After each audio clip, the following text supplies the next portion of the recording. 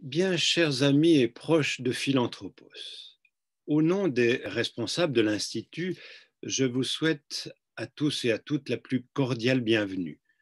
Pour la seconde fois, la crise sanitaire nous empêche de nous rencontrer comme nous l'aurions souhaité, et cette journée, vous le savez, sera un peu particulière. Mais le virus n'a pas altéré la vie de l'Institut. Durant toute cette dernière année, les activités ont été intégralement poursuivies dans l'esprit de l'œuvre.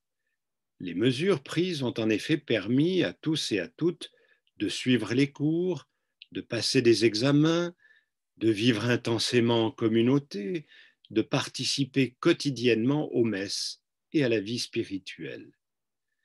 Grâce à l'engagement de l'équipe qui entoure le directeur Fabrice Adjadj, que je remercie chaleureusement, le projet de l'Institut a été magnifiquement honoré.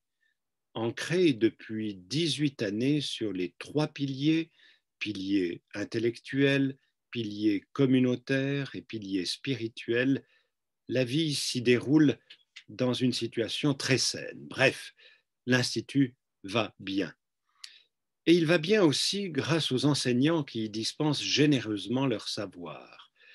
Cette année, les étudiants ont le bonheur de suivre un cours inédit de notre évêque diocésain Charles Morero, que je remercie.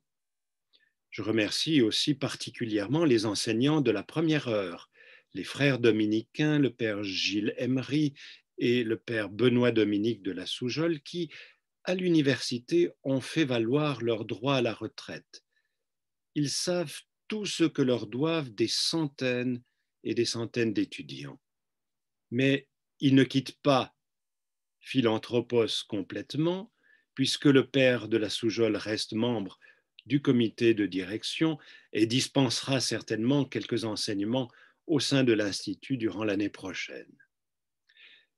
Je voudrais remercier aussi notre intendante Marilyn pour qui s'ouvrent de nouveaux horizons. Avec elle, l'organisation quotidienne a été gérée de manière impeccable.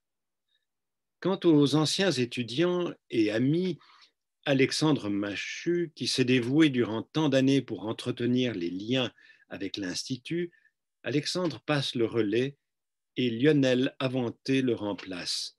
Qu'ils soient tous deux remerciés pour leur générosité. Et cette fin d'année scolaire verra le départ des sœurs de Baldec qui quittent Fribourg.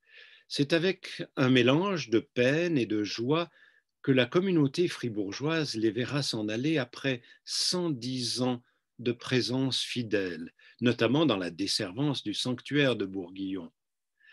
L'Institut Philanthropos n'existerait pas sans les sœurs de Baldec. Non seulement elles ont mis à disposition depuis 18 ans les bâtiments de ce site admirable, mais elles ont insufflé à l'œuvre Philanthropos une sensibilité évangélique faite de discrétion, d'efficacité, de prière fidèle et de très grande bienveillance.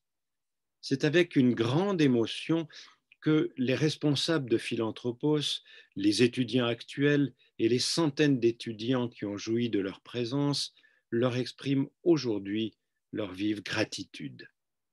Alors si nous étions présents, nous entendrions un tonnerre d'applaudissements.